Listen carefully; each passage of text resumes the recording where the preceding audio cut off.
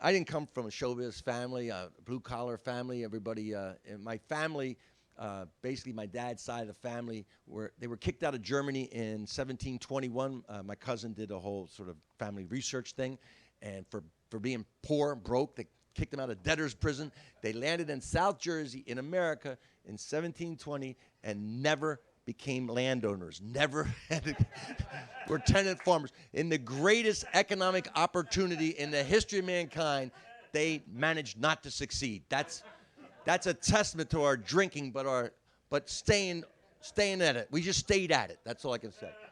So there was no history of anybody going, well, your uncle was a singer or this. There was none of that. So when I got into stand-up comedy, I quit law school. Nobody in my family had gone to law school. There was I don't know if I maybe had been the first college graduate that anybody could remember.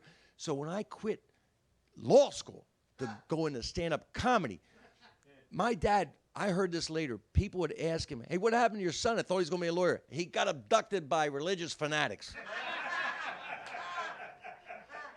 He joined a cult. He would tell him that. He joined a cult. And I realized later, it wasn't just being funny. That's the only way he could explain it to himself. He couldn't understand it. And he never said anything to me about it. I mean, he would come to the show. My mom would drag him to a show, and he would say things to me afterwards. And I noticed this. And first time I did the Tonight Show, he didn't call. I never talked to my dad about it. He never said anything about me doing it. For years, I never talked to him about it. It was just, I'd go home, and he wouldn't say, how's it going? Or anything about my career or whatever I was doing.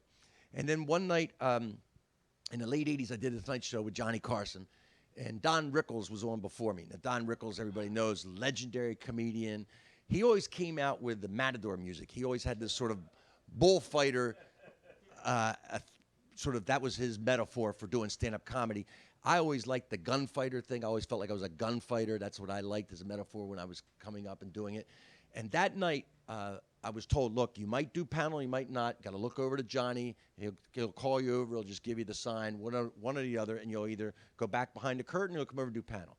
So at the end of my set, nice set, I looked over. Johnny gave me this, which meant no panel. So instead of turning and going back to the curtain backstage, I decided to do the gunfighter thing. I pulled my jacket back.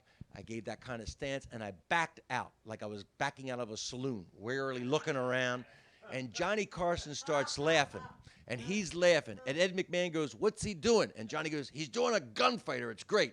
You can hear it on the tape. I still have the tape. The next day, my dad calls me. He goes, you made Johnny Carson laugh. You're really good at this. It was a huge, huge monkey off my back. Because when I was growing up, I always heard, I come from an area where they'd say, you're not a man till your dad says you're a man. And for me, that day was a huge moment, huge moment for me. All right.